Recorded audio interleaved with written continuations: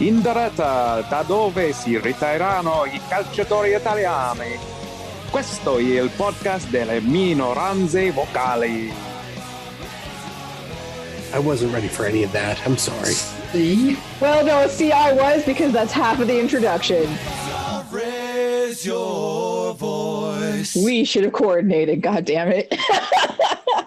Bellissima. I coordinate with nobody. Mamma mia. Ciao e benvenuto all'episodio di questa settimana. La famiglia è tornata insieme. We're back together, baby. Practicing our Italian, getting ready. It's good to be back. Gorlami. Lifting some wheels of Parmesan. Anyways, our apologies for the extended absence, but you know, sometimes life is just a jerk. But we're back. As I said, everyone's been practicing. Lots of gesturing practice. There's been, like I said, the aforementioned wheels of Parmesan. Those suckers are heavy. I've been throwing broccolini instead of carrots. Not as aerodynamic, but I'll get the hang of it. Because They do have carrots in Italy. I know. Do they though? Wanted to be something a little, you know. You should have gone. You should have gone rapini. Ooh, but you can't throw rapini. You could slap someone with rapini. What a flip when it hits the face, though. Well, exactly. Like, I'm going to challenge one of you to like a duel. Then yes, I will pull out the rapini. But for pure aerial, you know, work, I feel like the broccolini or artichokes, perhaps, maybe. Well, Not the charcuterie. That's danger. I'll workshop some stuff. Carchofie? I don't know if it's carchofie or whatever. I'm being very brave. Anyway, on this week's show, we're going to talk about what ails TFC, celebrate some good news out of Edmonton, get into the new CONCACAF tournament for the women's national team. Oh, and discuss Toronto going completely all in on the Italians. Finally, they're pandering to Vaughn. Now this week's panel. Welcome back to Duncaccino. That's right. He's back, baby. Hi, Duncan. Buongiorno. Ooh. Yeah. I always forget how many languages Duncan speaks, and it just rolls off his tongue. Like, don't you feel like you're there? Amazing. Also joining us this week is Marco. Hola, Marco. Ciao. Una mattina mi sono svegliato. Oh, bella ciao, bella ciao, bella ciao, ciao, ciao. Yes. Fantastic. Grazie. For the record, I'll cop up to this. We haven't done a show in a couple weeks because somebody got COVID. Kristin. I mean, it was me. You could tell because Kristin still tweeted. So that knocked me out. We were actually going to record 2 weeks ago. I tested as we were about to record, and that second line freaked me out. So no show. So it was very dramatic. It was. That was a tough 15 minutes, let me tell you. Mark, I wasn't going to out you. I was just going to never mention it. No. It's fine. But we weren't being lazy. I was infected. So heads up. But if you've been triple vaxxed, you can listen to this podcast and not catch it. What? Maybe wear a mask at the same time though, just to be on the safe side. Just I almost tweeted out like shit about it. Does anybody have ivermectin in all caps? I didn't. I thought that would have been I didn't want to find out who follows me, who's like, hell yeah, it works. I don't. Saved my whole family. Yeah, there's too many dummy heads. I don't want to. I don't want to find out. Sometimes silence is best. So, anyway, yeah, glad to be back. Also joining this is the blah blah blah blah blah blah. What? Keeping it in.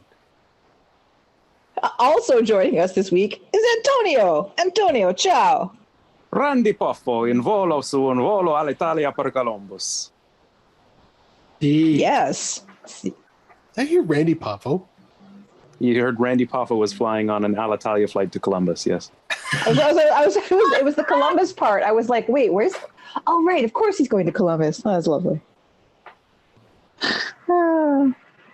Randy Poffo. Allora.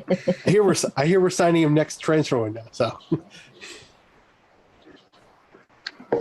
As for me, I'm just excited about the potential return of the match.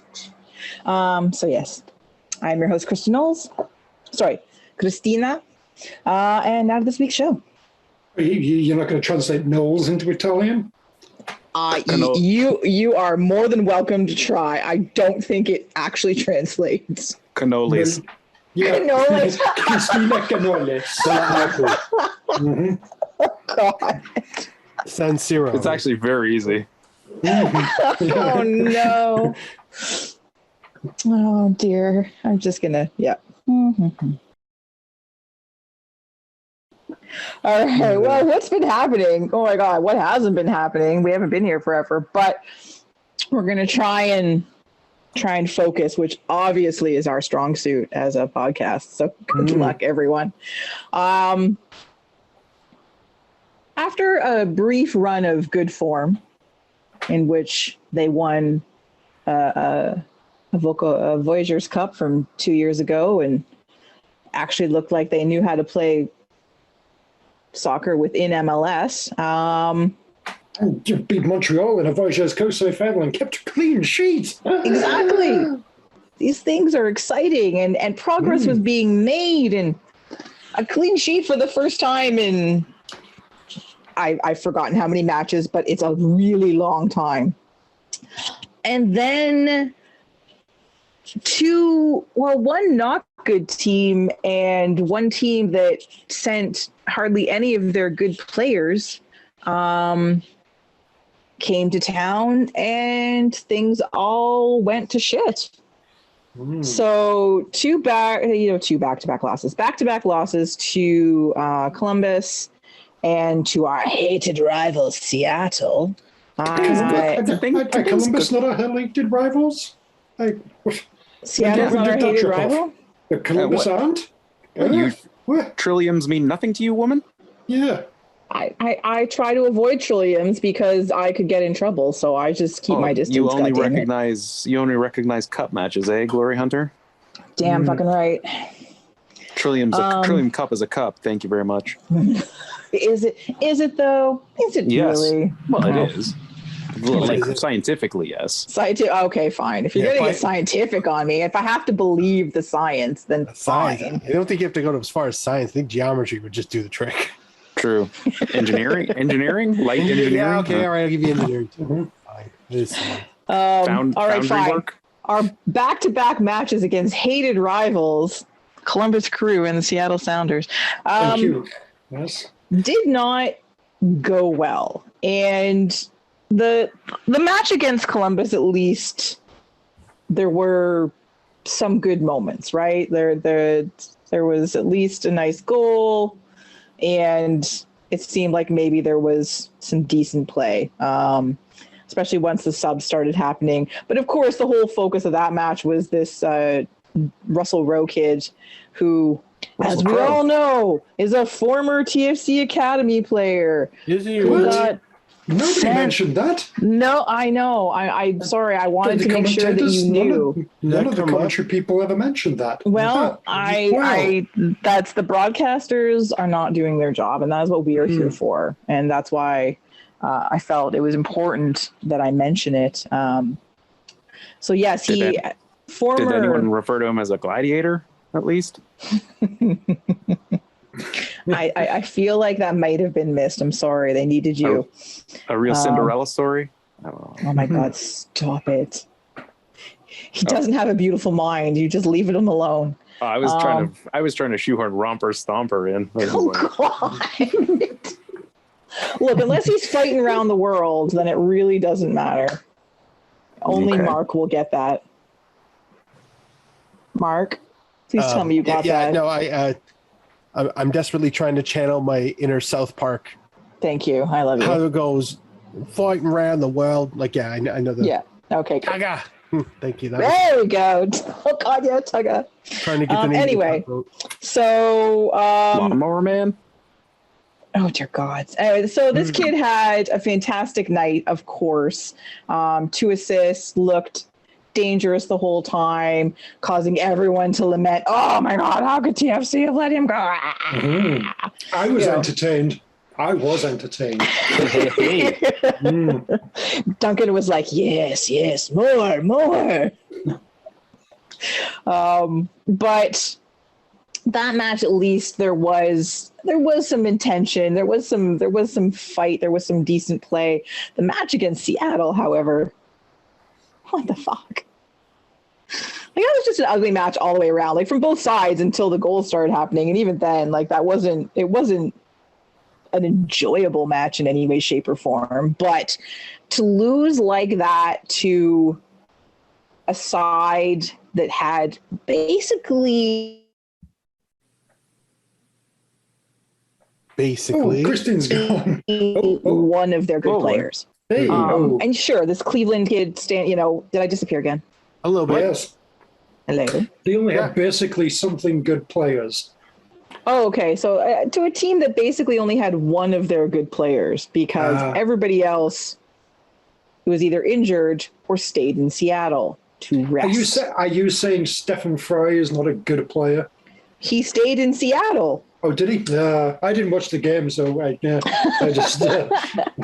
Yes, because the next part before I cut it, I was talking about this Cleveland kid that was in net, who had quite a good match. Was obviously, playing for some future minutes. He rocks. Exactly. But yeah, that match was disappointing on a variety of levels. But that first goal, Salcedo hugely at fault. The whole defensive shutdowns throughout the night. But like that match really highlighted a lot of things we've seen that have been problematic with Toronto this whole season. Defensive issues, really poor work through the midfield.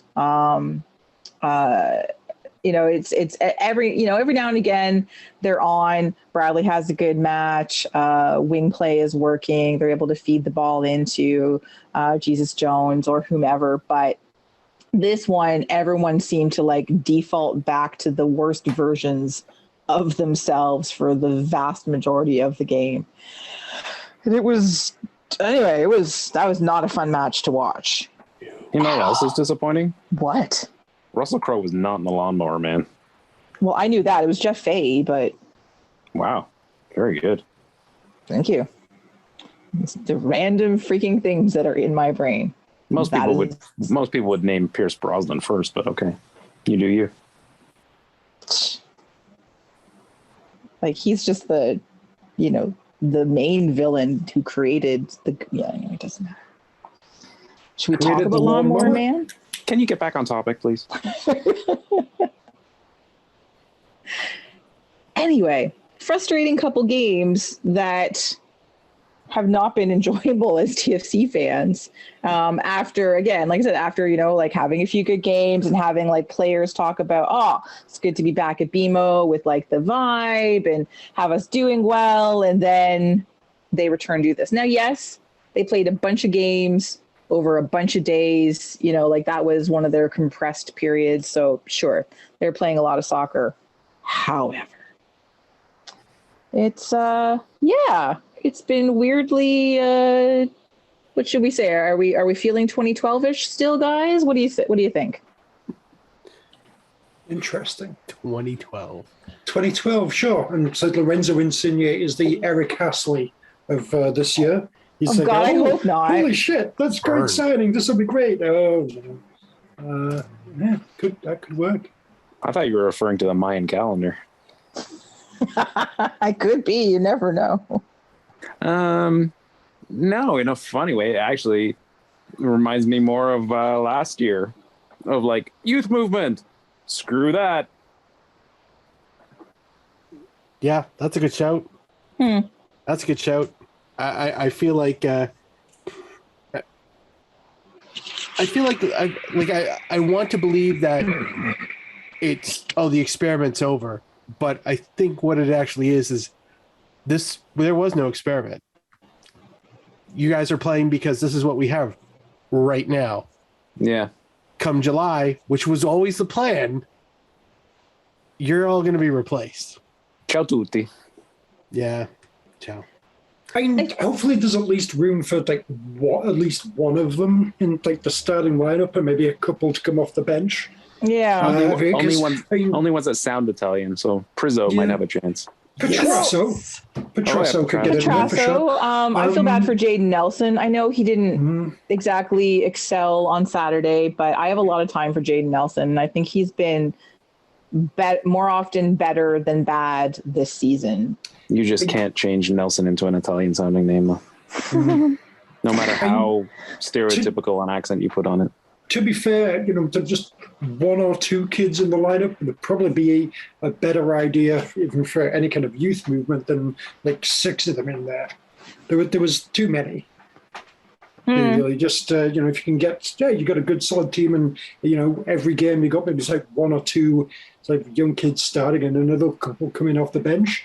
I think that would be a better way to be developing the youth than there's 6 of them. And then another 5 of them coming off the bench in every game. I exaggerate, but Then let's get into it then. So right now, up until when I wrote the rundown last night and this morning, before all sorts of things started to change, we knew that obviously Insigne and Crisito are both here already. So we've got a new attacking superstar and a old come to MLS retirement league defender who's still probably better than most of our defenders. Now, for Mimo, as they call him, I'm not sure why, but I don't care. It's Eminem as far as I'm concerned for both of them, or M plus M. Oh, Echo Beach. Sorry, my brain is skittering. Wet stations, down the door. Nice, very nice. That's bop. I don't care. But he's a fullback. He's not a central defender, is my understanding, or he does both. But one of the things that I found really interesting lately in terms of how TFC has been set up defensively, sure, they've had Salcedo and Mavinga playing together. Shane O'Neill is, I don't know, injured or just out of favor a little bit, mostly on the bench, even though I thought he, did fairly admirably. But I guess Mavinga's back in the fold again. So that's not necessarily a bad thing. But for me, even after he seems to have recovered from injury, the noticeable absence of Caden Chung, who I thought, yes, youth player, but I thought had really acquitted himself quite well as one of the only natural fullbacks that TFC actually has on their roster at the moment. So I'm curious in terms of what it's going to do for him, but also how they're maybe going to set this defense up going forward. Presumably, this the Crisquito guy, the little Crisco, he's on the old side. He's not going to be playing every single game, is he? That was so close to a spit take, Duncan. You're welcome. I mean, putting Ito on a name clearly just means little the rest of the name. So Crisquito, little Crisco. Little Crisco. He sang the little thong song. Ah, lovely. I mean, Italians love their food. I mean, that's what it comes down and thongs. to. Yes. Little Crisco, oh my god. That's his name. Anyway, so that's something that sort of made me, starting to just consider about where they might use him, whether they would, again, older player, do you really want him playing on the outside? But they have him listed as either a left back or a center back, right? So, and if I remember correctly, isn't Caden Chung a left back as well? So maybe a mentor on the club for him, or just trying to if TFC could have two fullbacks playing at the same time, it could be exciting. And unlike anything they've done for, at least a season. And then, of course, El Magnifico. Yeah. Holy motherfucking circus. Awful. Jesus. Like, talk about bread and circuses, right? Like, Jesus. It's, oh man, we made fun of the bloody big deal, but this feels so much worse. Why does this feel so much worse? Does it? It does. But I don't think it's bloody maybe big deal. Maybe I'm just so far removed from it, or maybe it's because I actually liked Jermaine Defoe. I don't know. Is that what it is? It's like Magnifico. I mean, fuck, that's awful. He sounds like a magician, and not a good magician. Didn't you see his jacket? That man loves a white party. Let me tell you, like, seriously. Yeah. But yeah, I mean, presumably he's a very good player. But and it's like, Magnifico. Let's go to like Canadian and what have you. You got to go with hockey. You got the great one, and then the Gretzky and Mario Lemieux was like magnificent, whatever. Insigne, sure, he's a good player, but he's not like a holy fucking shit. He's one of the best players ever. He deserves the nickname like magnificent. I mean, we're not the target audience. No, at all. Like, not even like that's remotely. The thing. Right? Like, I feel like with whenever the marketing goes, I don't want to say over the top, but like it's just so apparent.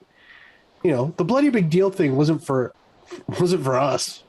Wow. It was for people who it's for are on the fence, who look at MLS as this retirement league or minor league or beneath them or whatever hoops you got to jump through to get to the point where you just shit on whatever. I feel like again, this, I'm not the target audience. Going down to Cafe Diplomatico, not the target audience. No. Literally not the target audience. But, so something I said earlier, like I said finally, pandering to Vaughn, whatever, but I actually mean that. This is something, if you've been around TFC land from the beginning especially, but for long enough, what this team was almost called. And it was going to be like Inter Toronto or something. I know the Northmen was the other one. I know, but since we're talking about the Italian connection here, Tony, I feel like that's like the one we should be referring to. Well, Vaughan is north of Toronto. Do not make me message your woman to throw shit at you, because I will do it. I just find that this is a really, really long way to go to attack York United. I mean, I didn't think they would even acknowledge them anymore. Oh my God, let me make my fucking point, you two. Jesus. Sorry, Mark, I know you're sick. Anyway, when that didn't happen, and when it took however many 12 years, 10 years for them to have a high-ish profile Italian player, like the divide between Toronto FC and the Italian soccer community within the GTA is well known. Like there's been a lot of bad blood, like legitimately, and this has gone way in the other direction in terms of mending this. Like I've seen, like, and TFC is going full in on it. And sure, why not? Like you've got a whole segment of the population that you have up until now, a little bit with Javinko, but up until now really haven't been able to tap dollar-wise, fan-wise, promotion-wise. But there are, there's videos on their Instagram, there's videos on the homepage. There's like a fucking special on TSN on Thursday night on Insigne. You mean an advertorial? Yes. That is exactly what it is. Like ShamWow? Wish it were ShamWow. That would be great. ShamWow interviews Insigne. They don't have to just stick to the Italian thing. I mean, you just appeal to a wider audience. Bring in Michael Caine. The Italian job. I know, what a job. Took a sec. Thanks, dude. Oh, no, I got it. I did not. I'd be there for that. Blow the doors off. Yeah, exactly. I'm not a Barry, and I'm a Batman. Oh no, we're going to do another Michael Caine accent off for the rest of the show. I'm not ready for this. Zulus, thousands of them. Oh, shit. This is not the direction I expected this show to go. Thank you, Duncan. So here's Duncancino. Always here for you. Yeah, I know. Well, I'm so glad. Maybe he meant Everton defender Michael Keane. No, I'm pretty sure that's not it. But so there's, and again, like, all power to them. It'll be good for whatever, the coffers and the profile of the club. Hopefully it is good for the club itself. People talk about Insigne like he's the second coming. And little Crisco seems like he's had a pretty solid career. And again, probably is better than most of the defenders we have right now, which is terrifying, but that just seems to be the TFC way. With their arrival, other than the circus that accompanied it, like, do you look at the ambitions of the club any differently? Does it give you, like, we'll talk about this a little bit more in a bit, but just immediate, like, reaction to having, like, because we've known about Insigne for months and months and months and months and months.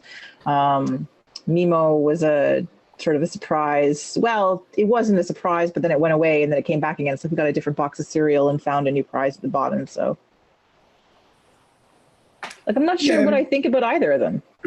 Yeah, I mean, he's a bit old, isn't he? And, 35. Defenders and old people, like, yeah. Insigne absolutely should fucking do very fucking well in this league. Little Crisco, I'm unimpressed. I definitely think there's a very healthy dose of thinking with the empty seats rather than thinking about building the club. And yeah, they're a sports entertainment business. And there are a lot of empty seats. It's right there in their name. Yeah. So, attendance for numerous reasons, including rebounding out of COVID, has been an issue. But even prior to that, I think with TFC, it's, not quite the heights of the championship years. Unfortunately, when they, think about when it was packed to the gills, it was because they were a winning club, really, not so much to do with necessarily who was there. Vasquez? No, okay. Now, it took good players. It took really good players to build a championship team. But I could be wrong, but it seemed like there was thought into who those players were coming in.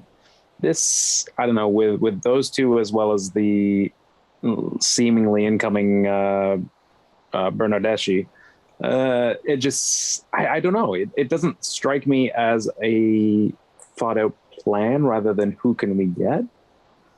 But I don't know. I'm ready to be proven wrong. I'm not sure. I mean, Insigne, he's a talent way above your average MLS player. That's gonna be fun to watch. And there's the entertainment value of that. As far as building a team, I don't know. It seemed like when Giovinco came in, he was the jewel in the crown, but a really good crown surrounded by other good pieces. This I don't know. It seems a bit scattered, and it seems a bit strange that it's all from Italy all at once.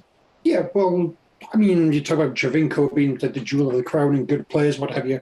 2015 TFC, when Giovinco was really good, they were a bit of a shit show. And then, they kind of solidified with a bunch of like MLS veterans in 2016, and then obviously 2017. They were really good for a few years. So maybe this is just, all right, we're going to be like 2015 TFC. Kind of crap, but with some good players who can take them into being a playoff team, who'll get get the shit kicked out of them when they come up against an actual good team. Yeah, fair enough. Yeah, Okay. and That's a step up at least. Yeah, so that would make this a moot point, really. The only thing is, again, like little Crisco is 35, so yeah. not really a guy you would a building block. He'd be a stopgap. No, but like I said, but maybe someone like maybe a mentor. Well, we'll get into it a little bit further. I hate to sort of like just really wrench the car around this corner, but we're going to talk about Campiel for a few minutes. I know that was a seamless transition. Thank you for that. That was good. But we don't talk about Campiel as much as we probably should. Well, they're really low on Italians for one thing. So well, I know, seriously, if they would just like get their fucking shit together, like York, man, you're right there. But a couple things that I thought needed to be mentioned. The first and foremost and very exciting thing, although they are still in last place, is that the Eddies won a match. In fact, they won 2. Hooray! Like, cue the comeback. And they've looked done, the Loney boys. They've looked like decent doing it, which has been kind of nice. But I was, like you don't want to see everybody just be shit all the time. And if Edmonton doesn't have a successful season or two, like there is a concern, right? There's still that concern about the viability of their club, which has been unfortunately problematic since they joined the Campiel. However, a 3-0 drubbing, quite frankly, of the YU guys was, I think, a good sign of things to come for them, or at least I certainly hope so. Yeah, 2 wins. Again, still at the bottom of the standings, which is just crazy. But speaking of the standings, the Pony Boys are in first. Boo. I know. Just ahead of Ottletti on goal differential. Whereas the Aquamen still struggling. They've dropped to 3rd, but like they've played, they're tied with Edmonton for the most matches played on the season so far. Right behind Pacific are the Handies with a gazillion games in hand. Now, Aquamen still struggling to find that early season form where they were taking on everybody and just like destroying all comers. Their last match, at least they did score some goals again because they seem to have forgotten how to do that. But then they let the other team score an equal number of goals. 3-3 draw. It was very disappointing. Then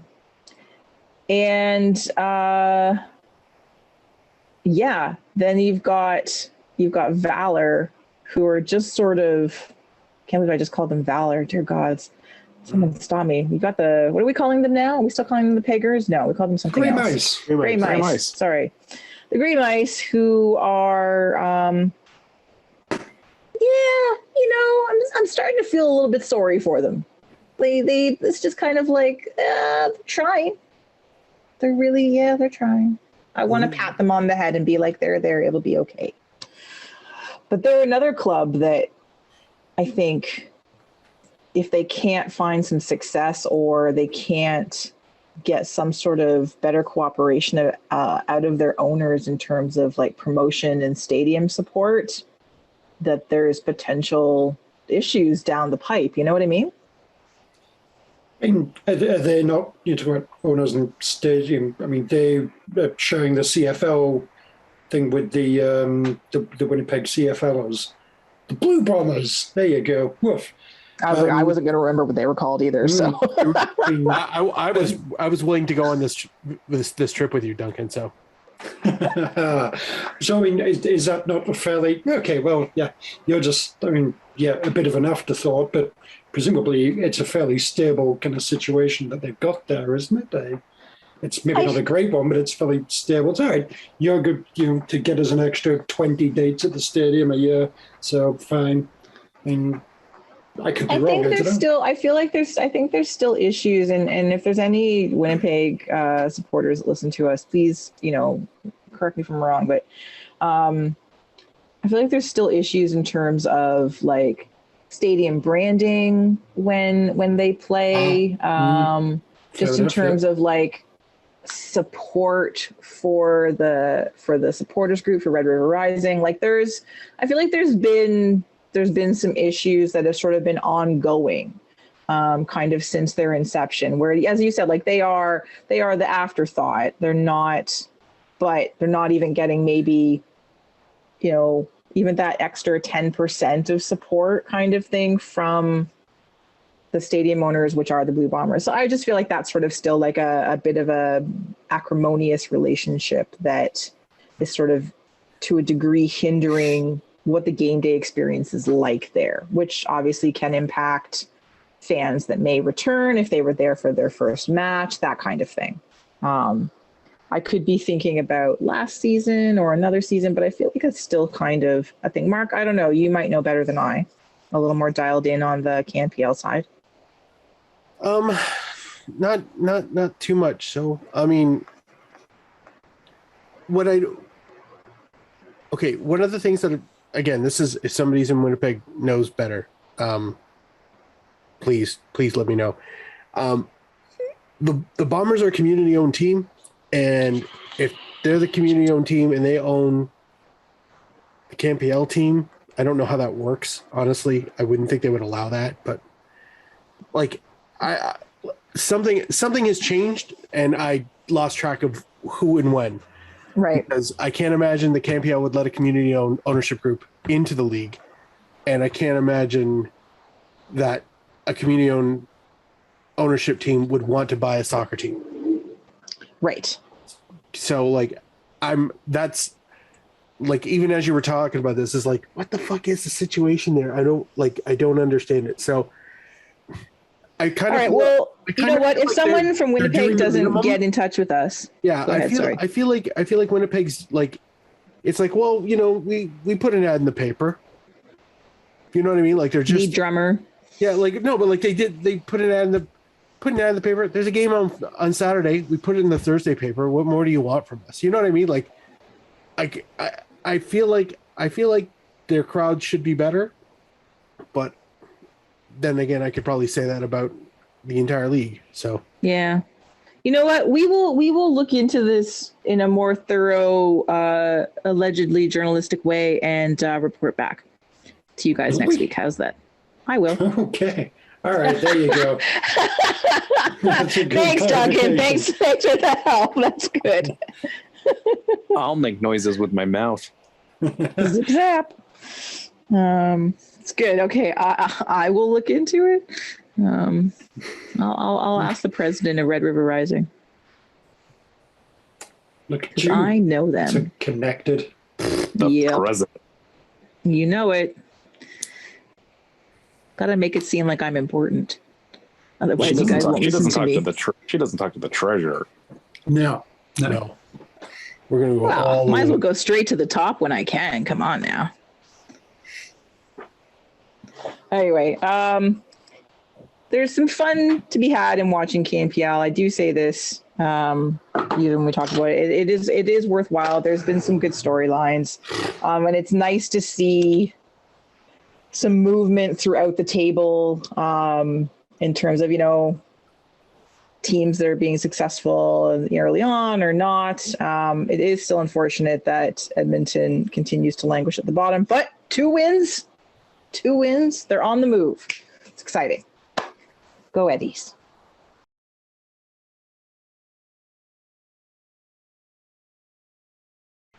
So what we're talking about, mostly going to be TFC with a little bit of gambling. That's right. Thrown in for good measure. So we started talking about this in the first segment, but obviously things in TFC land are uncertain in terms of players at the moment. what has been interesting has been how today, day of recording, Tuesday, has shuffled out in terms of player movements for Toronto. What sort of seemed to be what would be the obvious one is Carlos Salcedo, because there's been a lot of rumors lately that he and the team are on the outs. Things just aren't quite working. Whether it's been his play, there seems to be his play is either really good or dear gods, what was that kind of thing. And then there's always questions about things he posts on social media. It's like, oh, he's in Mexico right now. What's that all about?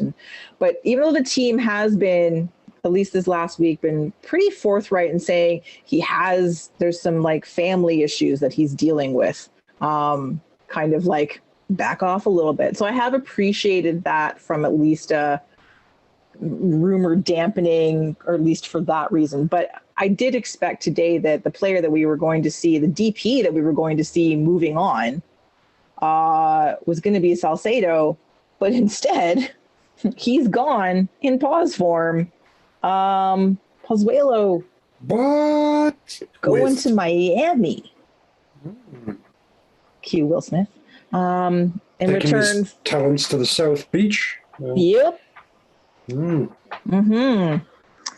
So Toronto's getting empty DP spot, 150K in GAM from Miami, and whatever. Some money is better than no money. He's got 6 months left on his contract. There has been a lot of talk that Pozuelo was not going to be here next year, and there's been a couple interviews and there's been a lot of hints dropped that this was this was the direction that was heading.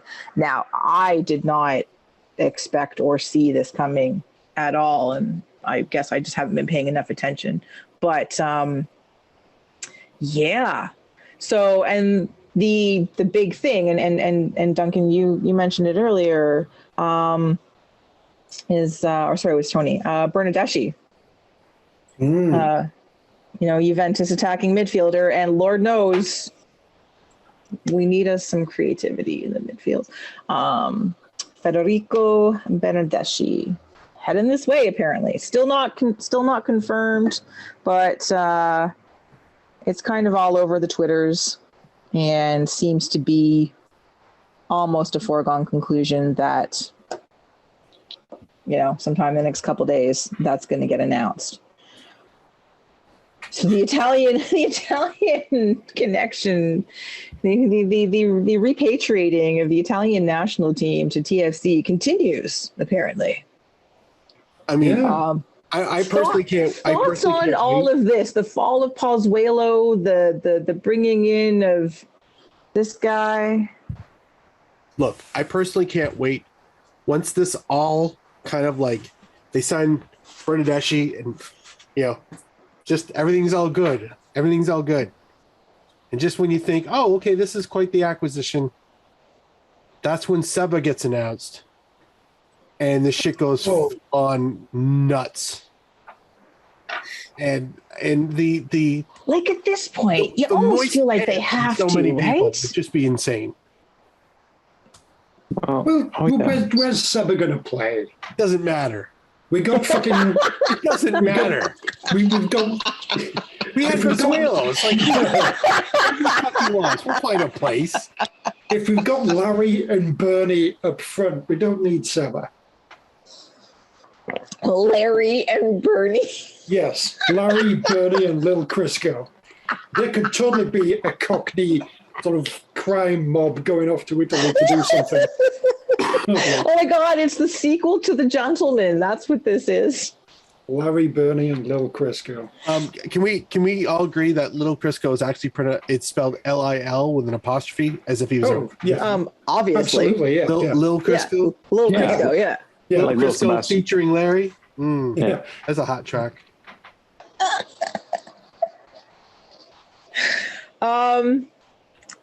So the fall of Pozuelo, because, and it's it's disappointing. Like I'm not happy to see him moving on. I guess it makes good business. And obviously he's struggled over the last 2 years.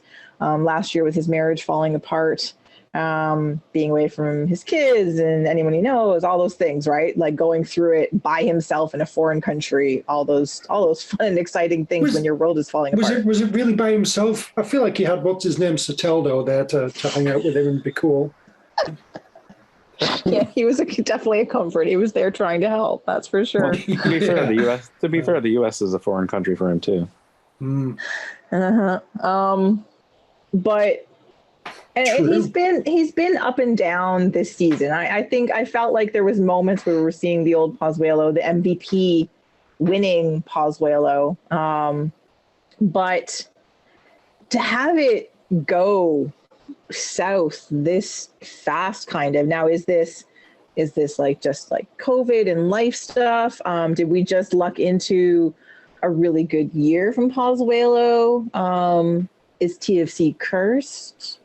I think it's more tactics than anything, really. I think, in sort of like Vanny's team that he came into, like 2019, whatever it was, all right, this is an established good team that is more or less going to be sort of controlling possession in most games and needs, say, some like fancy player, Vasquez previously, then to Pozuelo to be the guy who can, unlock a defense that's kind of like sitting there, sort of sitting back against this big team. So, I mean, he fit in very well to that. Whereas I think, Chris Armas and then the other guy last year and Bob Bradley this year, seems to be more about, sort of pressing and creating counterattacks and that sort of thing. And that doesn't seem to be, his strong point, really. So, I think a lot of people are saying is to say, oh yeah, he's kind of like one of the wingers, but he'll kind of drift all over the place. And then that really kind of makes TFC vulnerable on that one wing that he's supposed to be on. Mm-hmm. So yeah, tactically he just didn't fit anymore. He, put him in I don't know if Miami would be better for him, presumably. If they're coming after him, they have an idea that they want to use him that way. But he was good for a couple of years there when he made sense within the team. The last couple of years, he hasn't really made sense and he hasn't really been good. So, we mentioned earlier also too about their decision making, possibly having a marketing angle to it, which which is their right to do as owners. They've probably tapped that Pozuelo interest as far as could go. Don't think he was really putting thumbs in the seats. People who watch the team appreciate him as a good player, appreciated his season. Even when he was the MVP, I don't think he really was lighting up the casual ticket buyer. No, agreed. No, doesn't mean that's a good reason to get rid of a player or sign a player, but but it might come into the thinking as well. I do think, and it's been interesting, sort of to look at social media's reaction, which is obviously like the most reasonable. Always. But there's a great deal of TFC fandom on Twitter, but also opinions from MLS people, North American soccer journalists, some who, there's definitely a segment of TFC fans that, wrote Pozuelo off and are literally delighted to see him go. Like, I'm not delighted to see him go. I honestly, I don't like Miami, so I want him to do well. I want them to be shit.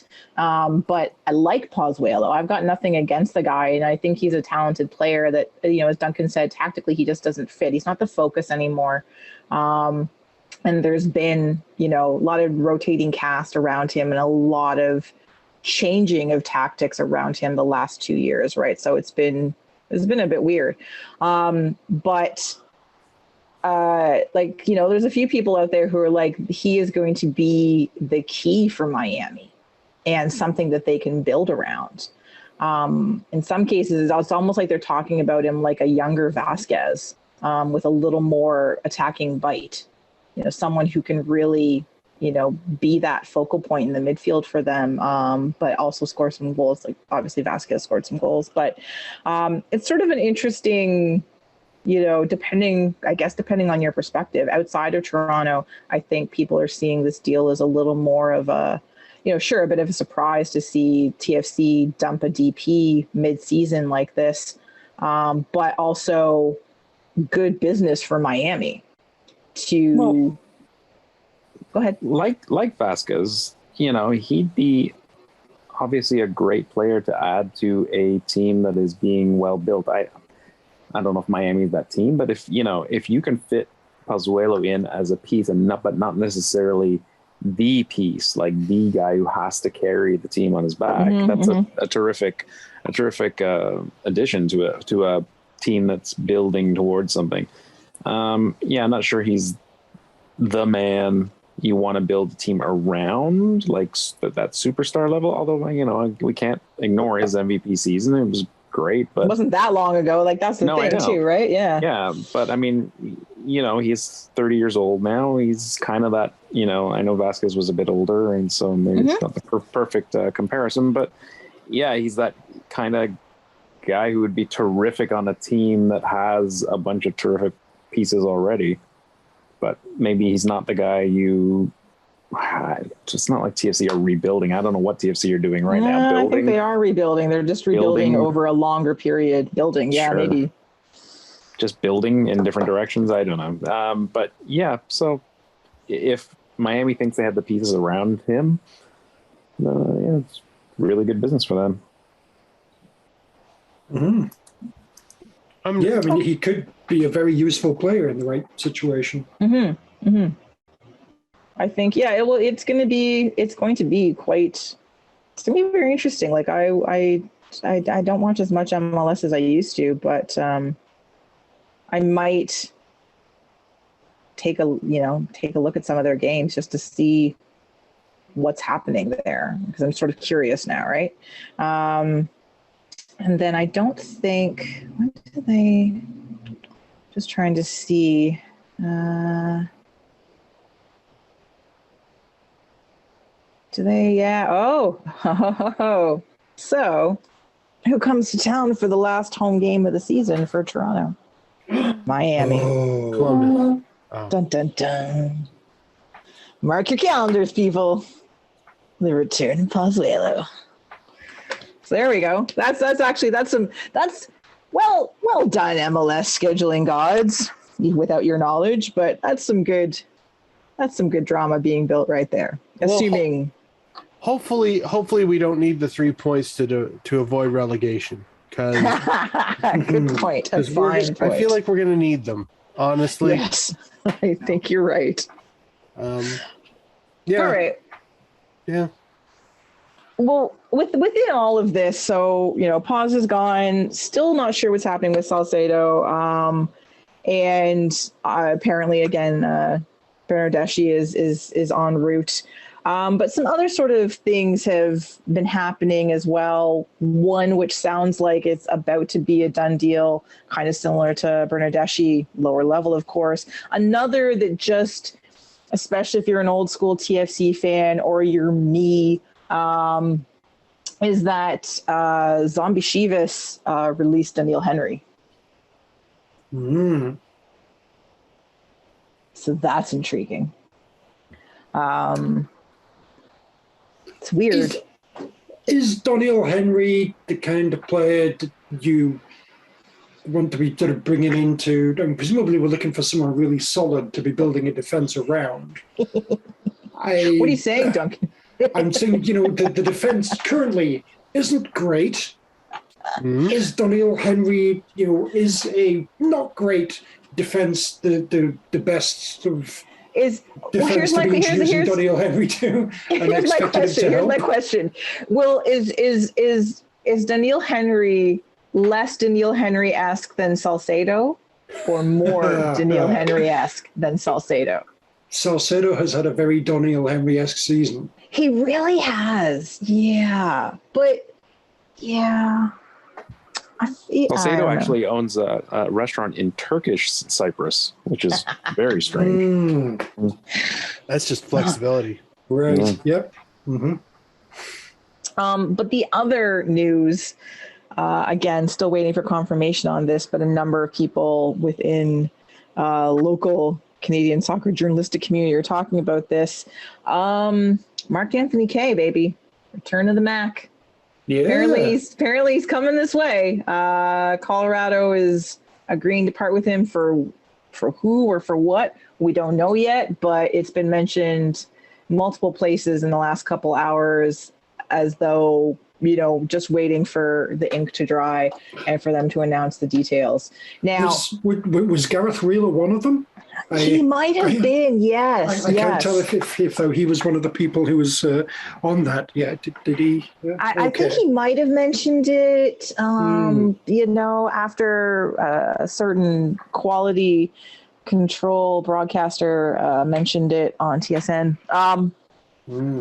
The thing with Mark Anthony Kaye, other than beloved in many places, so there's a lot of things. He's already got ties to Toronto, and this is something that's been talked about for several years since he never played for Toronto's first team. He played for the academy. He was one of those players that got dicked around by the front office in terms of a youth player. We've talked about this a gazillion times. But he left and started playing elsewhere in MLS. Landed at Zombie Chivas with Bob Bradley, and did very well there until the injury. And even post-injury had some success, but things were a little off. But when he initially went to LAFC and played for Bob Bradley, he was a player that MLS front office was touting and promoting and putting on things, right? Because that's how well he was doing and how successful they were being. Again, hasn't been as successful lately, but he showed some decent play with Robin Fraser in Colorado, but perhaps a reunion with his old coach back in TO could be good.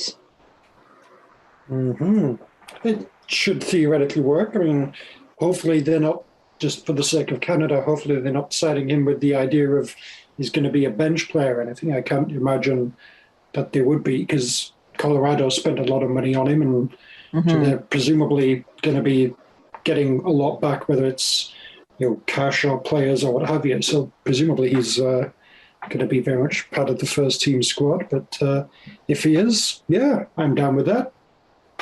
100%.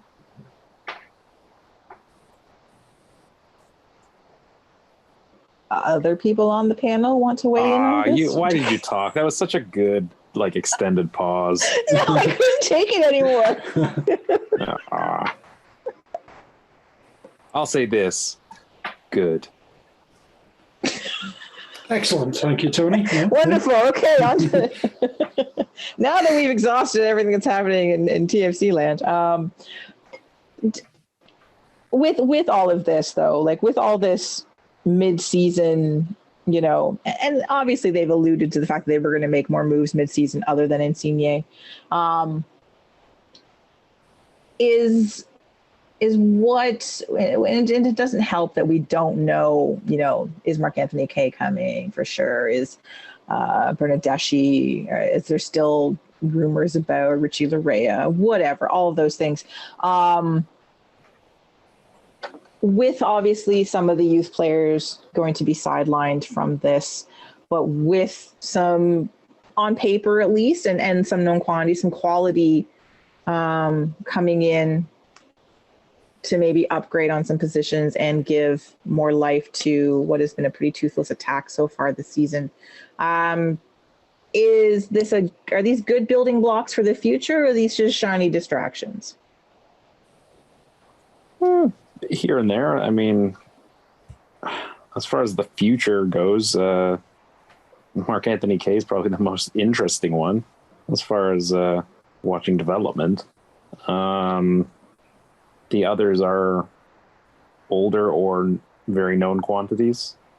Yeah, Larry and Bernie are young enough to be around for a few years and still be good. Yeah, but I mean, there's no real mystery of what kind of player they will become. They have become the player they are. I guess their impact in MLS is interesting to watch. Yeah, you like to pick up a player with the potential and at that age that Marc-Anthony Kaye is. If that could be pulled off, that's a kind of player you like to see your club pick up. The rest is a mixed bag. Little Crisco is, as we've said, Band-Aid, placeholder, whatever, mentor if you like, possibly. Okay, Marcus, thoughts? Yeah, it's hearing the phrase future kind of bandied about is really confusing because when I think of future, a signing that with the future in mind, I'm thinking of signing players that are, 27 and under at the least. Because if you're thinking future, I'm not talking about next week. I'm talking about seasons from now. I mean, this is a short-term plan, like 2023, 2024, and then we'll see how we're doing. I don't think it's necessarily a bad idea. I mean, like, are the kids getting better? I think they are. I genuinely think they are, but time runs out, patient runs thin, seats don't get filled, so you got to do something. So from that point of view, it's like I only wish those kids had somewhere to play. But otherwise, they'll have Colorado. Probably a couple of them will be going off there. Yeah. To in exchange for. Yeah. No. That's what I figure is probably happening now. So like Marc-Anthony Kaye is 27. Bernadeschi is 28. Is he really? I overestimated Marc-Anthony Kaye's age. Jeez. Yeah. Yeah, he's been around. Like he's exactly. Like he's a veteran. Then I take back everything I said. He's too old. No, I'm kidding. I'm kidding. He's not too old, but I did think, I don't know why I thought he was younger. Now Insigne's older than I realized. Frizo's growth. Insigne's older than I realized. I thought he was still in his 20s. He's 31. He's 31. Yeah. Yeah, he's got a good 3 years or so. Yeah, so that's not bad. That's fine. Obviously, little Crisco won't be around, but Bernadeschi's 28, I think. Yeah, if I'm not mistaken. He's 28 or 27. One of them. Yeah. I think it's the idea, like when I hear teams talk about the future, I'm thinking like a 5-year plan. This never feels like a 5-year plan. There's nothing ever feels like a 5-year plan in MLS. In Toronto FC, it's 2 years, 3 years tops, but it's a 2-year plan. You said it right though. It's not necessarily even TFC. It's MLS. There's not a hell of a lot of 5-year builds in this league, or we're bringing up this core group, this group of youngsters, and we're going to really develop. It doesn't happen a ton. Not with the winning clubs, really. If you ever get really good players, you're going to sell them on, aren't you? So, well, yeah, this is a selling league. So, if you bring up a good youngster who's they're often snapped up by a bigger fish in Europe or wherever. But yeah, this league is definitely one of more of where you can turn things around in a hurry. A core roster change with your core group can really change the time, because you just got to sneak into the playoffs and get hot. So, and that's considered success in this league, right? Everyone will forget where you finished in the table if you sneak into the playoffs in 5th spot, but go to the final. Just at those, I feel like, and this, I'm not going to say anything new to you guys or anyone who's really listening, but we often come towards this as a Eurocentric or non-North American mindset. Like success doesn't mean finishing top 3 and going to Champions League. Success is finishing, 13th league overall, but you get to go to the playoffs. Like, I guess that's success, bonus games in the winter. Sure. The value system is a little skewed from what I'm used to, like saying it's success. Trophies are success. That's great. Let's win every V Cup. That's great. But like MLS success, 2/3 of the league makes the playoffs. Woo. Like, hooray. So I'm not, the concept of success is to me in MLS is so muddled, and it's so participatory ribbonish, like, whatever. So like the team's just got to be good enough to finish 6th. All right, fantastic. You guys did great. And then you take your chances of the postseason. And I'm not really knocking it, but to me, it's like middling isn't success, but I guess it's success when you finish next to the bottom of the league. I don't know. So I'm going to do a really strange little break-in with some news, not TFC related, but... Oh, can we guess what kind of news it is? Is it even football related, or is it just like something? No, it's football related. It's from a couple hours ago. Right. RFK Stadium is on fire. Yeah. Your defense is terrified. RFK is terrified. Your defense is terrified. Hashtag never forget raccoons. Anyway, several fires apparently in the stadium and caused erosion. Still, I'm not kidding. RFK Stadium was on fire. They've got Your defense is terrified. I've sang the song, Kristin. What do you want from me? Who plays there anymore? Nobody. Exactly. Maybe a monster truck. I don't know. But like, no, there is no tenant. Kristin, can you find out if this is monster truck related? Did Bigfoot spark a fire? Oh, Gravedigger's had enough. he's literally digging the stadium's grave. I will no longer bow to your tyranny. Orange Blossom. What was it? Was it Orange Blossom? I'm trying to remember the cartoon. USA 1. Screw you, USA 1. Are you still a thing? Anyway, I was looking to see if there's any TFC updates, and I was like, wait, what? But what have they been using it for storage? I guess I don't know. I mean, I'm sad because DeRo played there, so it's like hallowed ground. But Duncan's very sad, obviously. Absolutely. On mute with weeping. I suspect. Crazy. Yeah. Anyway, so I thought it was a joke too, and I was like, wait, what? Maybe it misses DeRo and it's just like set itself alight. That seems likely. All right. Yeah, I mean, it would be awesome if DeRo showed up with the firefighters.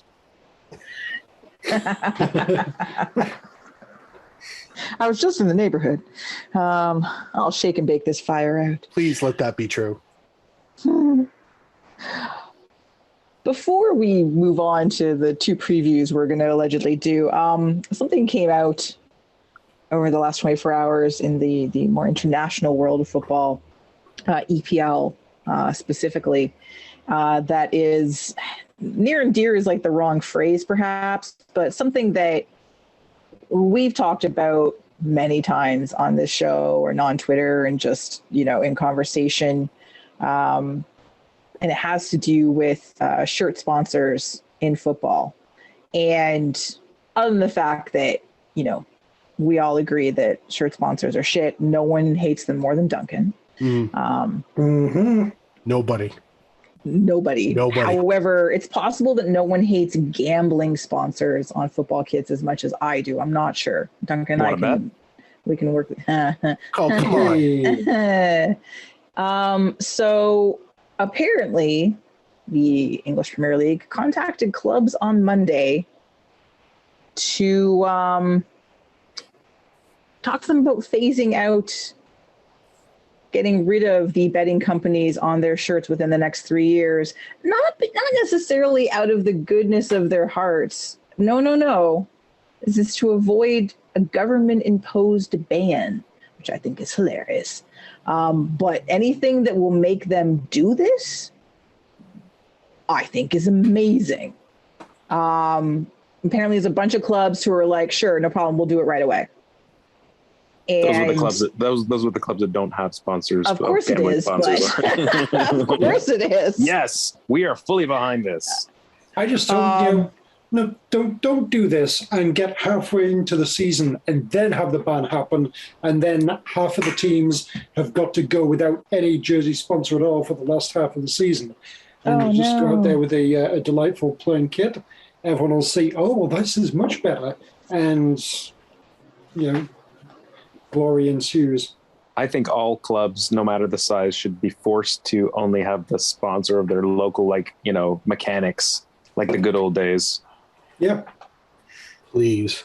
I mean, that sounds amazing. The sponsor has to exist within 5 miles of the stadium. Oh, I like that. That's good. I would be completely on board, because some of them smaller teams will either have the most absurdly massive sponsor, you know what I mean? Some tiny ass team, but they just happen to be next to the world's biggest John Deere plant or something like that. It's like this is like back in the mid 90s when Darlington was sponsored by Orange, like the cell phone company. It's because I think Orange had either a factory or a call center or something near Darlington, and so decided to sponsor Darlington. And big, huge freaking cell phone company, everything. Darlington, perfect. Fulham would just have some local billionaire who lives down the street. Yeah, probably. I mean, let's face it, all these betting companies would just open up a shop next to the stadium, and look, we qualify now. So that's a very good point. Yes. That's the obvious loophole. Some of them already do. Some of them have it in the ground. So yes, indeed. How much closer do you want it to be? 6 feet. 6 feet from the pitch. I mean, okay. So aside from the fact that gambling houses on a football kit is incredibly convenient, hypocritical, and stupid, and gross. Aesthetically speaking, get the fuck off the shirt. Honestly. They're never good. For every one passably decent one, there's 30 eyesores, and there's so many fucking gambling houses. It's incredible. The sheer number that exists. It's staggering. I'm the only thing that really kind of sucks about it is that a lot of those gambling firms are usually on teams that are medium to small. There are exceptions, don't get me wrong, but it's not Arsenal and Manchester City that are none of the big six have gambling sponsors. It's Burnley, it's Brentford. It's like yo-yo teams and lower, and it's. The reason why they're on those shirts is because it's not that terribly expensive to get on it, and it's the best offer on the table. So I understand, this is exactly why we need to get rid of sponsorship completely. Sponsorship doesn't help the small teams. No, they kind of don't. But I mean, no. Colorado isn't getting as much sponsorship money as TFC are. It just widens the gap. TFC ain't getting as much sponsorship as fucking Burnley are. It just widens the gap. Burnley aren't getting as much sponsorship money as Man United are. It just widens the gap. It doesn't help anybody, and it just makes things massively worse. Seriously, get rid of the whole thing. Yeah. No, I look at it you're right. Duncan, you're absolutely right. But in terms of competitiveness / survival, that it's not even in the long run it would adjust itself, but it's the short run that would fuck up a couple teams. Competitiveness, get rid of everything would make things more competitive. Yeah, and Mark, just look at it from obviously sport in North America is somewhat different, but it's been racing in that direction. Like how horrible has it been these last few months? I mean, as horrible as it was before. Like, I know you're sick of me talking about it, but how much worse has it gotten when every single broadcast, everything has a betting something attached to it? It's abhorrent. I can't remember if it was One Soccer or DAZN. It was one or the other. I don't fucking care anymore. They're all the same now. Literally 4 different betting houses back to back to back to back to back. I'm like, exactly. There isn't even honor among fucking thieves. Like, it's just insane. Yeah, it's the same thing if you're watching the Blue Jays or the hockey. Yeah.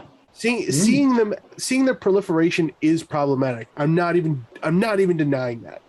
And my qualm with the poor smallish teams, like it is a pittance compared to the grander issue.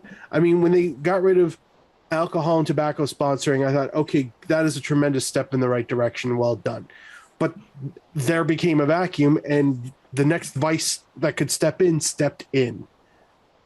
And once we get rid of them, we can get rid of multi-level marketing, and then we'll finally be back to Todd's garage. Oh, I love Todd's. It's going to be cryptos and NFTs. Will be and well, I mean, this is MLS only. Private hospitals. That's gross. Yeah. No matter I think it should be. You have to only get sponsored by your club's most famous supporter. That would be hilarious, just to see them running around with or just the owner. Like, look, if it's okay for the J League and the K League, just be TFC BMO. Like, it sucks, but or whatever the conglomerate that MLSE is, like, just do that. Like, why isn't Gillette on the front of every New England kit? Like, it's just right there, guys. Okay. Maybe they don't want men to have the best they can get. No, well, clearly they don't. They play in Foxborough. Unfortunately, the vices are the ones with the most disposable income, and that's how we get where we are, and it sucks. And I agree. It shouldn't be advertising things that are problematic. That's just, especially in sport. It's a recreation. I mean, they shouldn't be on TV anyway, but my God, calm the fuck down, everyone. Maybe how about the biggest local food? And I'm not talking a brand, just what people eat the most there. Eggs. I would buy the shit out of a shirt that's sponsored by broccoli. Yeah. Not like Jim's Farm broccoli. Just fucking broccoli. Montreal Impact brought to you by poutine. Yeah. Yeah. Well, they'd be cheese, probably. Yeah, there's cheese in poutine. True. Yeah, your civic or local dish should be decided upon by an independent body, and that should go on the front of your kit. It can be a picture or just the name.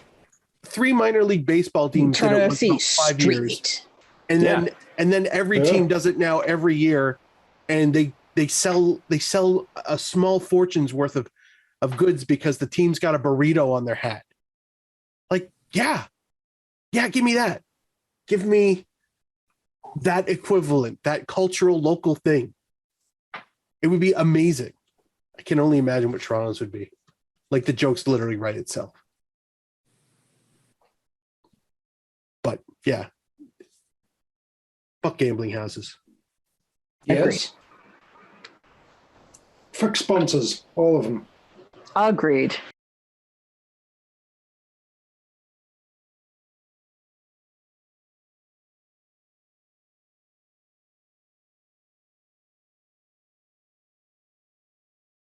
Well, what is coming up? Well, what is coming up is a match that starts in about an hour and a half, a day of recording, for the Canadian women's national team in the new CONCACAF W Championship Tournament. 8 countries all vying for spots in the Women's World Cup next year in New Zealand and Australia. So there's 2 groups, and basically, if you top your group, yes, you go straight ahead into the semifinals of this tournament, but you also automatically qualify for the World Cup. And Canada are the top ranked country in their group. So they've got Trinidad and Tobago tonight, Panama on Friday, and then Costa Rica next Monday for the group stage. They should handily win their group. Kristin cannolis. I know. However, they have not exactly looked sharp these last couple of months. Now, admittedly, they've only been playing friendlies, but these friendlies are designed to prepare for this tournament and going into, Olympic qualifiers, that sort of thing. So, yeah, the winner of this tournament also automatically gets a berth to the 2024 Olympics. So that's a lot of prizes. There's a lot on the line in this tournament. CONCACAF is really trying to throw a lot into this. World Cup qualification and Olympic qualification. Yeah, like automatic qualification without having to do anything else. Yeah, it's like the Oprah tournament. You get a qualification. So yeah. This is, the past tournaments through CONCACAF have usually just been like, yay, it's a tournament to play other people in our region. But this is now they're like, hey, all this shit means something. And then there's the upcoming in a couple of years, which will be exciting, the CONCACAF W Gold Cup, which is great. So yeah, there's second and third place teams in this tournament. Have a playoff in the fall to get the final CONCACAF spot for the Paris Games as well. So you want to finish top three, regardless if you're thinking Olympics. And the fifth and sixth teams get CONCACAF, the home version. Oh, that's exciting. And a year's supply of rice-a-roni. The San Francisco tree. So other than the fact that this, again, there's a lot on this tournament, and this continues to sort of be like a transitional window for the women's team in terms of, who Priestman's been calling to the squad, youth players that are still coming up, some of the veteran players, like Christine Sinclair hasn't played in a month, but she's apparently going to play tonight, whether she starts or just comes off the bench because she's been injured. Players have been moving around to new teams. You've got players coming back to NWSL who've been playing overseas but have not been getting playing time. Adrienne Leon just signed with United. I know. Newcastle, Leeds, Hartlepool.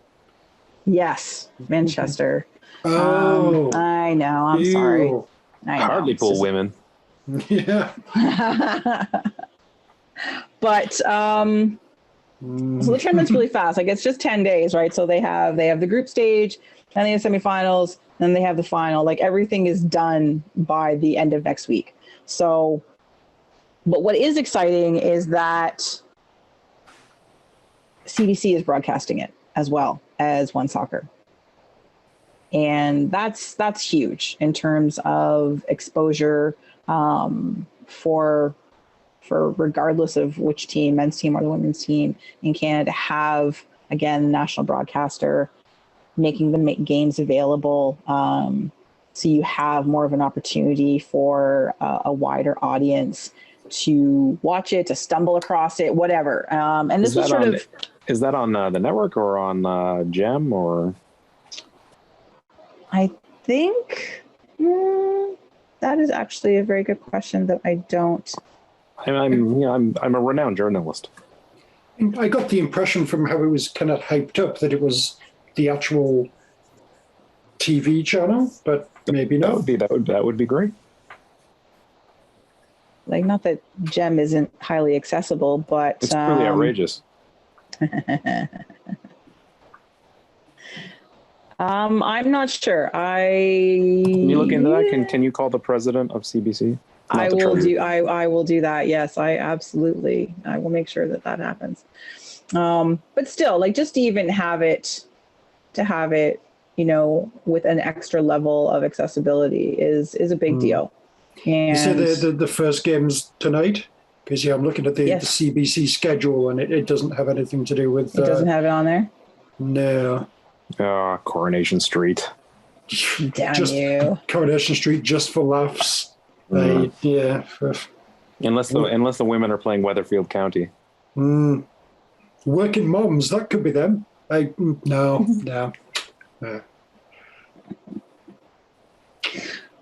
So I guess then cbc.ca. But still, better than not. I think there should be some good games. The tournament kicked off last night, and Jamaica beat somebody.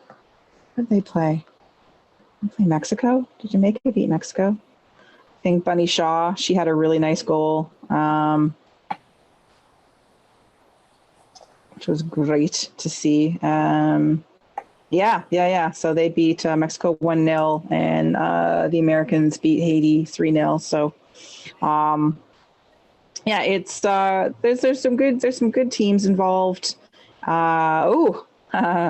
Costa Rica currently beating the hell up on Panama 3-0 in the 85th minute. So, is that really the hell? I feel like you were going to go with like 7 or 8 or 3-0 after 15 minutes. All right. Costa Rica winning handily over Panama. How's that? Much better. Yes. That's For an expectation. That's what I want to hear. Yeah. Okay. All right. I apologize. I'll dial back the drama. But yes, so that is all of those are good things and good and exciting things. So definitely do watch this tournament. It's, again, will be easy to find, will be easy to watch. If you don't have One Soccer, CBC is free, basically. So yeah, that is good. Pretty strong veteran team. Again, with some good young players coming along. Really, the key will be whether or not they can figure out goal scoring, because they have not done that lately. But we got a Man United striker now, so that's got to be. Oh, that's you're right. Everything will change right there. Who needs Christine Sinclair? We have Adriana Leon. Come on, Adriana, ride that adrenaline of the new signing. Use it, fuel it, use it. Let's do this. All right, and then of course this weekend's big match: TFC versus, get ready, the Earthquakes. Rumble. Yes, welcome to the actual game is secondary night at BMO Field.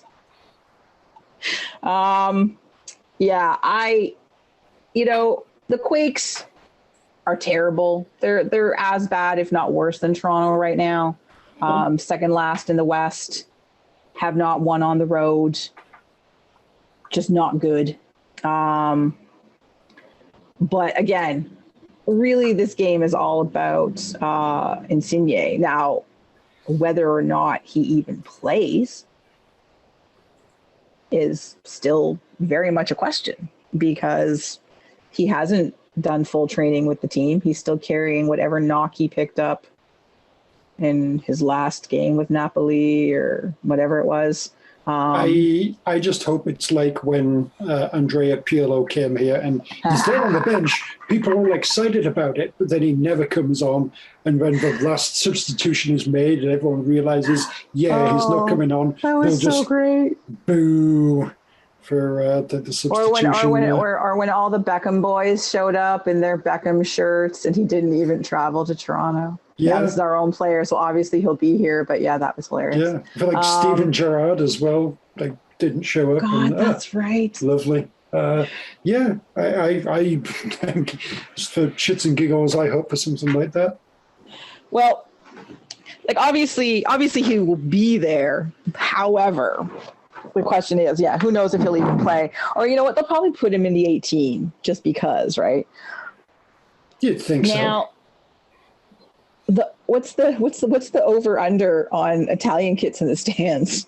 And I realized I put it like that, but I was like, let's just go percentage.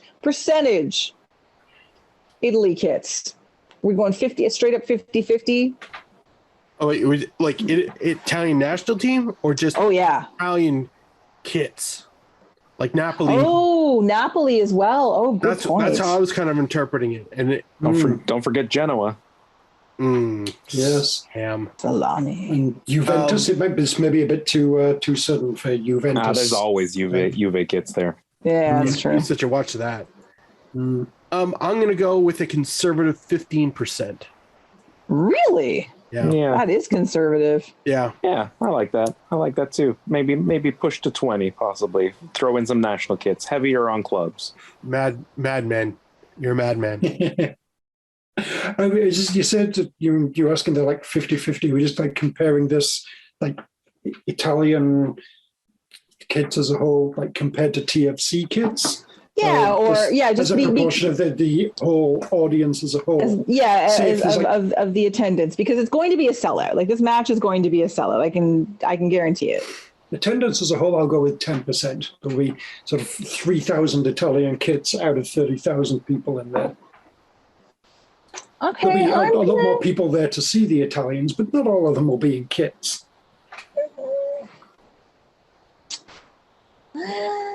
She said 10. Maybe I'll go with 15%. Part of me really wants to say 20% because I just feel like they're going to be. You know what? I'm going to shoot for the moon. I'm going to say 20% of some stripe. Either a club kit or a national team kit.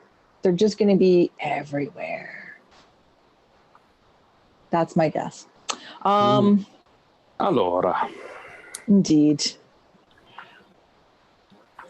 But there will still be a game, regardless of whether or not Insigne plays. They are playing San Jose, who, again, have just been terrible. But the grayest of mice.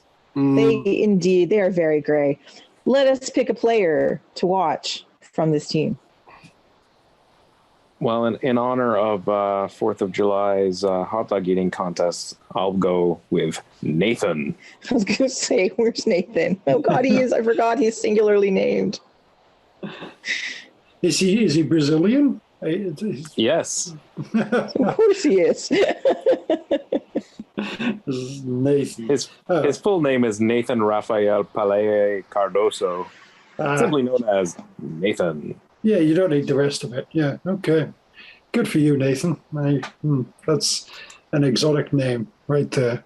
I wonder if it's pronounced differently, like Nathan or something. But anyway, I hope not. I hope not either. Because Nathan just sounds like a private school boy from Brazil. He's MLS's Fred. Yeah, he's the posh version of Fred, but then Posh in Fred. MLS. Yeah. Posh Fred. Nathan, I hate that guy. Yeah. I'm gonna go with Chris Wondolowski. I just feel he's going to show up. I know he's retired. Okay. He's going to DeRo this. He's going to show up. I was like, how do we tell him, guys? Yeah, I'm aware. I was disappointed to see the Georgian guys gone. So I actually did look up something. I'm going to go with Kristin Espinoza. That's a good choice. He's got second in goals, but he's got 7 assists. So fucking assist machine. I guess I'll go with the guy that's getting all the goals. What's his name? Ebobisse. Jeremy Ebobisse. I don't know how to pronounce it, but Ebobisse. Ebobisse. All right, yeah, that guy. He's apparently scores goals, so watch out for him, I guess. Well, in the spirit of celebration, since this match is going to be a party. It's such a celebration for Insigne. I'm going with Grey Goose, some vodka, and anyway, Grey Goose is still an annoyingly good player and also makes with the assists. So yeah. If anyone's there, feel free to use Fred with a trust fund.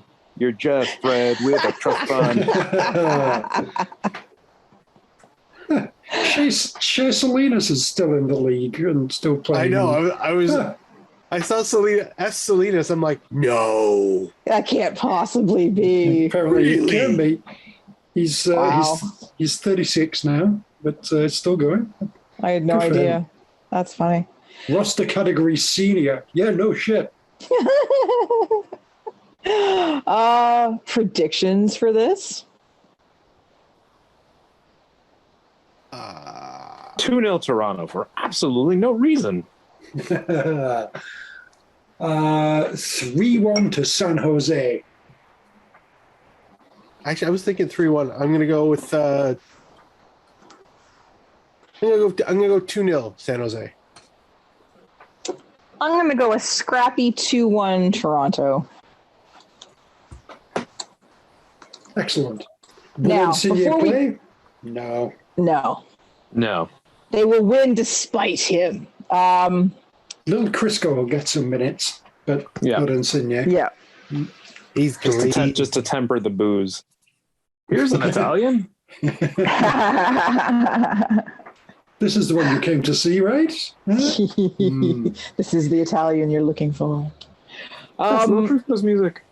Before we go, I have a story for everybody Oh, sent to wait. us by a Patreon Take it. supporter. I get popcorn. You don't need popcorn. It's Right. but it's worth a giggle. All right, go for it. So after the AU guys match, he was I guess was walking home, and he was walking past the Drake wearing a TFC kit, and two guys come tumbling out of the Drake. One guy sees the kit and says, "I'll give you $20 if you know who this guy is," and points to his companion. And he's like, drunk me looks at the guy and he's like, "Well, that's Adrian Can." And they both start laughing, and the guy pulls out a 20 and is like, "Yep, this is him." So who was the first guy? some friend with nobody Adrian, knows. I don't know. But so Chris Posniak. our wonderful Patreon supporter here, Zver, says, thinking of VMP, he says, "I ask, Adrian, do you still have the abs?" Oh, you're a legend. And apparently he just laughed harder and pulled up his shirt, and he's like, "He does!" Holy shit. Amazing. So I was like, "Oh my god, please, can like this has all been coming in while we've been recording." Fantastic. I'm like, "Can I share this story on the show?" And he's like, "Of course." So That's a great story. Fucking it was like the best thing. You amazing. fucking legend. You legend, sir, for sharing this. Thank you. I was at a York United game last year. They were playing against like Masters, whatever it was, in the Voyageurs Cup, and sort of Adrian Camp showed up with a bunch of friends and everything. He was just like a few rows behind. I didn't talk to him. I didn't get him to flash me his abs or anything, but he was there. But yeah, it's good to see he's out and about and getting drunk and flashing abs. Fantastic. Exactly, as you do. Duncan, Abs I and question cash. your commitment to just soccer fandom in general. You had a chance. You could have brought some laundry, wrung out the damp clothes against his abs, and you would have been dry, and clean, and saved some much needed energy. So, but you didn't. So, Well, I think that is an excellent note to close the show on. So, Yeah. we need more of these stories. I know, yes. Send us your Yes. Adrian Can ab stories. Look, it Have could be you drunkenly Chris. run into any ex-TFC Any- player? exactly. Any of them? Yeah, it could be. Or if you're Kristin and you run into Nick Stand. Sulzma on the seawall, get a fucking picture next time. Yeah. Idiot. Still regretful. All right. That has been our show for the first time in a few weeks. Thank you for listening along and joining us and not abandoning us. We don't have issues, or I don't have issues. No, it's fine, really. Please join us next week when we look back at the debut of Lil Crisco. Find out if it is indeed the return of the Mac. If little Bernie is joining Lil Larry as well. And whatever other weirdness is happening in the land of TFC, we'll update you on how the women are doing in the CONCACAF W Tournament and whatever else is exciting in the world of football that we find interesting. I have been joined by the entire Vocal Minority Podcast panel, to be found out there on the Twitters at Duncan D. Fletcher, Dunkachino. Ciao. Out on the Twitters. CHOW. At Malarkey FC. Ciao. I'm hungry. Antonio. Arrivederci. Pulling it down on the tweets at KitNerdMark with a K, not a Q. Marco. Prego. Thank you to all of our supporters on Patreon. We absolutely appreciate all of your kindness and consideration. We also still have shirts. We have a Zazzle shop. You can find the link on our website, and you can see all of Tony's fine handiwork. And COVID sucks. Don't get it. You couldn't have said all that in Italian? Seriously. Come on, Mark. He's still recovering. He's still recovering. Neither can I. As for me, you can find me on the internet, yes, the entire internet, at KZ Knowles. I have been your host, Christina Canoles. Cannolis. Yeah. Cannolis sounds Spanish. Sorry, I'm sorry. I can't help it. It's my second language. You're